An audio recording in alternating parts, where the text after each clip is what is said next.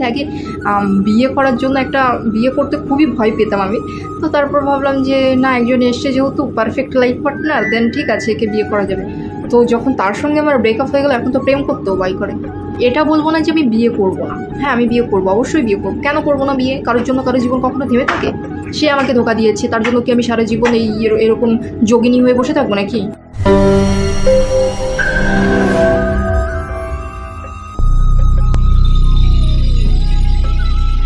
কেমন আছো সবাই? আশা করি সবাই ভালো আছো। আমরা এই মুহূর্তে ভালো নেই, বেশ কিছুদিন ভালো ছিলাম, বাট ভালো থাকার উপায় কি? আমাদের ভালো থাকতে দেয় না। ওই একজনের চক্করে পড়ে সেই যে আমার জীবন থেকে সুখ বলে জিনিসটা চলে গেছে না, তারপর থেকে আর সুখের মুখটা খুবই কম দেখেছি বলেই জানা যাচ্ছে। তো যাই হোক, চলো বেশি কথা বলবো না, ভিডিওটা এখান থেকে স্টার্ট করি। তোমাদের সঙ্গে কিছু কথা শেয়ার করব, যেই কথাগুলো তোমাদের সঙ্গে শেয়ার না করলেই হচ্ছে না।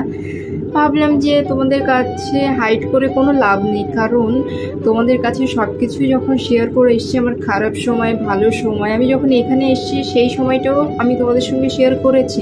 মাঝখানে হ্যাঁ আমি কিছু প্রবলেমের জন্য ভিডিও দিতে পারিনি, কিছু প্রবলেম না, অ্যাকচুয়ালি এখন আমরা নতুন একটা কাজের সঙ্গে যুক্ত হয়েছি, আমি আর সুপ্রিয়া দুজনেই। হ্যাঁ, বলতে পারো যে ওর হাজব্যান্ডের কাঁধে কাঁধ মিলিয়ে কাজ করছে, আমি আমার বাবার কাঁধে কাঁধ মিলিয়ে কাজ করছি। তাছাড়া আর সেরকম কোনো ব্যস্ততা তো নেই, এমনি ওই সব কাজে ব্যস্ত। যাই হোক, তো সেদিন কি হয়েছিল, সেদিন আমরা বাড়িতেই ছিলাম, হঠাৎ আমাদের সিকিউরিটি গার্ড আমাকে ফোন করলেন, বললেন যে আপনার সঙ্গে কেউ একজন দেখা করবেন। তো আমি তখন সেভাবে বুঝতে পারিনি, আমি জিজ্ঞেস করলাম নাম কি, তো বললো যে কিছুই বলছি না, বললেন যে আপনার সঙ্গে দেখা করবেন।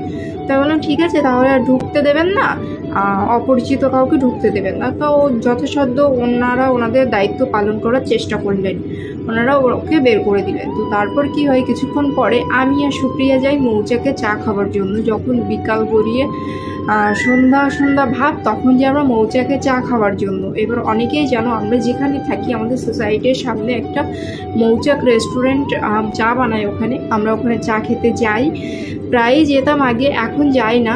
সেই দিনকের পর থেকে আর আমি ওখানে চা খেতে যাই না। যাই হোক, সেখানে অনেক বড় সিন ক্রিয়েট হয়ে গেছে। সেখানে তো আমি আগের ভিডিওতে বলে দিয়েছি কি হয়েছিল। তো যাই হোক, ওখানে ওই দিনকের পর কি হয়েছে শুনে রাখো। বাড়িতে আসার পর আমার বাবা আমার উপর প্রচুর চাপ দিচ্ছে, বলছে ও কেন তোর সঙ্গে কথা বলছে।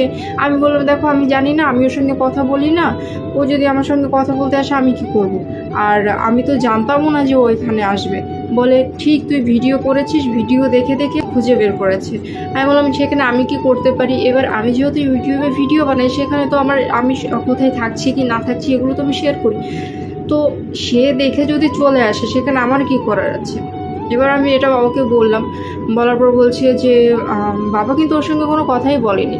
আমি তারপর বললাম যে ওর মায়ের শরীর খারাপ, তাই জন্য এসছে। বলে মায়ের শরীর খারাপ, তা তুই কী করবি? তো বাবা বাবার জায়গায় অন্য কেউ থাকলেও একই উত্তর দিত।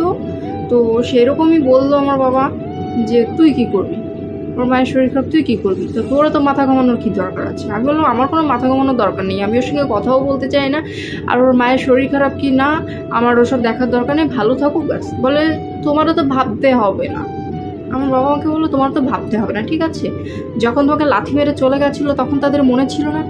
অনেক তো বড় বড় কথা বলেছিল, ভিখারি ঘরের মেয়ে, কিসব বলেছিল যেন সুপ্রিয়া, ভিখারি ঘরের মেয়ে, কিসব যেন বলেছিল আন্টি। তো যাই হোক, আমি প্রে করবো তুমি যেন তাড়াতাড়ি সুস্থ হয়ে যাও। আর এই যে খারাপ সময় তোমার বৌমা তোমাকে ছেড়ে চলে গেল বাবার বাড়িতে, তো এটা এদিক দিয়ে আমি কাউকে সাপোর্ট করছি না। আমি তোমাদের ফ্যামিলির কাউকেই কখনো সাপোর্ট তোমাদের সাথে ছাড়াছাড়ি হওয়ার পর কখনো সাপোর্ট করিনি, এখনও করবো না, ইন ফিউচারও আমি তোমাদের সাপোর্ট করব না। বাড়ির বৌমা যেতে না যেতে তুমি ছেলেকে আমার কাছে পাঠালে কেন? তোমার কি মনে হয় যে আমি এই সময় আমি তোমার কাছে গিয়ে সেবা যত্ন করব? তোমার এটা মনে হচ্ছে এত কিছুর পরে যে টাইমটা আমার তোমাদের দরকার ছিল, তোমাদের প্রয়োজন ছিল, সেই টাইমটাই আমাকে লাথি মেরে দাঁড়িয়ে দিয়েছিল। কত কী না বলেছিল, ভিখারি ঘরের মেয়ে, তারপরে আবার কলকাতায় ঘুরতে এসেছি, কাদের কি যেন বলছিল, কার বাবার কলকাতা যেন, সে যাই হোক, কলকাতাটা কারোর বাবার না, এটা আমি প্রথমেই বলি। আর এখন আমি এখানে থাকছি, এটা নিজের দমে থাকছি, শোনো বাবা, আমি তোমাকে একটা কথা বলবো, তুমি যে কনস্ট্যান্ট আমাকে ফোন করছো এগুলো বেকার করছো, এগুলো করে কোনো লাভ নেই জানো তো। আর তুমি আমাকে সেদিন বললে না যে তোমার মনে অন্য কেউ বাসা বেঁধে গেছে, অবভিয়াসলি হ্যাঁ, আমার মনে অন্য কেউ বাসা বেঁধে গেছে, সেটা আমি তোমাদেরকে বলবো না। ইভেন তোমাকে তো আমি একদমই বলতে চাই বাবা, আমি তোমাদেরকে নিয়ে অন্তত ভাবতে চাইছি না। আমি আমার লাইফটাকে আমি নিজের মতন করে গুছিয়ে নিতে চাইছি। আমি লাইফে কি করে আগে বাড়বো। দেখো, জীবনে আমি অনেক ধাক্কা খেয়েছি, তারপরেও কিন্তু আমি এতটা স্ট্রং। তা তোমার কি মনে হয় বলো তো যে আমি এত কিছু সহ্য করেছি, এত কিছু সহ্য করার পর আজকে আমি এই জায়গায় এসেছি, শেষে তোমার সাথে চলে যাবো এরকম? একদমই না। তুমি আমাকে বলেছিলে যে বিয়ে আলামি তো আমার ডিভোর্স হয়ে গেছে, এরকম অনেক কথা বলেছিলে না। তোমাকে একটা থ্যাংক ইউ বলার আছে, এরকমই আমি বলতে পারি থ্যাংক ইউ সো মাচ আমার লাইফ থেকে চলে যাওয়ার জন্য। তুমি যদি আমার লাইফ থেকে না যেতে না, আমি মানে কী বলতো, এতটা জেদ আনতে পারতাম না মনের মধ্যে। আমি তো ওই সেই আগের মতনই থাকতাম যে না, আমাকেও ভালোবাসে, আমি ওকে ভালোবাসি, ব্যাস। কখনো জেদ জিনিসটা মনের মধ্যে থাকতো না। তুমি চলে গেছো বলে আমি ঠিক করে নিয়েছি না আমার ওই জিনিসটা করতে হবে, যে করেই হোক সেটা করে দেখিয়েছি। তো যাই হোক, এখন তোমার মা যেহেতু একা আছে, একটা মেড রেখে নিতে পারো, বা দেখার জন্য কোনো নার্স বা আয়া যাকে খুশি, তোমার তো পয়সার অভাব নেই, তুমি রেখে নিতে পারো। তো আমাকে ডেকো না আর আমাকে ফোন করো না। এবার অনেকেই বলবে যে তুমি কেন নম্বরটা চেঞ্জ করছো না। অ্যাকচুয়ালি আমি যে কাজের মধ্যে আছি তার মধ্যে ম্যাক্সিমাম না, সব জায়গায় আমার এই নম্বরটাই দেওয়া যে আমি এই নম্বরটা চেঞ্জ করতে পারবো না। তো আমি ওর নম্বর ব্লক করে দিচ্ছি, কিন্তু নেক্সট টাইম আরেকটা নম্বর থেকে কল আসছে, আরেকটা নম্বর থেকে টেক্সট আসছে। সে যাই হোক, আমি ওটা নিয়ে কোনো কথা বলতে চাই না। আমি হ্যাঁ এটুকুনি বলতে পারি, তোমার মা যেন সুস্থ হয়ে যায়, ভালো হয়ে যায়, ব্যাস। কারোর ক্ষতি আমি কোনোদিনও চাইনি, চাইবও না। তো তারপর হচ্ছে, সত্যি কথা বলতে আমার ফ্যামিলির কেউই পছন্দ করে না যে আমি ওর সাথে কথা বলি। ইভেন আমার আমি নিজেই কথা বলতে চাই না। ফ্যামিলি কি বলবে, আমি নিজেই ওর সাথে কোনো কথা বলতে চাই না। এখন তো আমার বাবা আমাকে বলেই দিয়েছে যে বড় হয়েছো, বুঝতে শিখেছো, বিয়ে করবে, তোমার পছন্দ মতন করবে, আর ভেবে চিনতে জেনে শুনে তারপর বিয়ে করবে। হুট করে যেন গিয়ে গলায় মালা না দিয়ে বসো। আমি বললাম না, ওই রকম ভুল আমি জীবনে করবো না। তো যাই হোক বন্ধুরা, এটা বলবো না যে আমি বিয়ে করবো না। হ্যাঁ, আমি বিয়ে করবো, অবশ্যই বিয়ে করবো। কেন করবো না বিয়ে? কারোর জন্য কারো জীবন কখনো থেমে থাকে? সে আমাকে ধোকা দিয়েছে, তার জন্য কি আমি সারা জীবন এরকম যোগিনী হয়ে বসে থাকবো নাকি? আমারও তো ভবিষ্যৎ আছে। হ্যাঁ, আমি বিয়ে করব। আমি আমার মতন কাউকে পেলে যদি মনে হয় যে না সে আমার জন্য ঠিক, আমি তাকে বিয়ে করব, তাতে আমার কোনো প্রবলেম নেই। কিন্তু হ্যাঁ,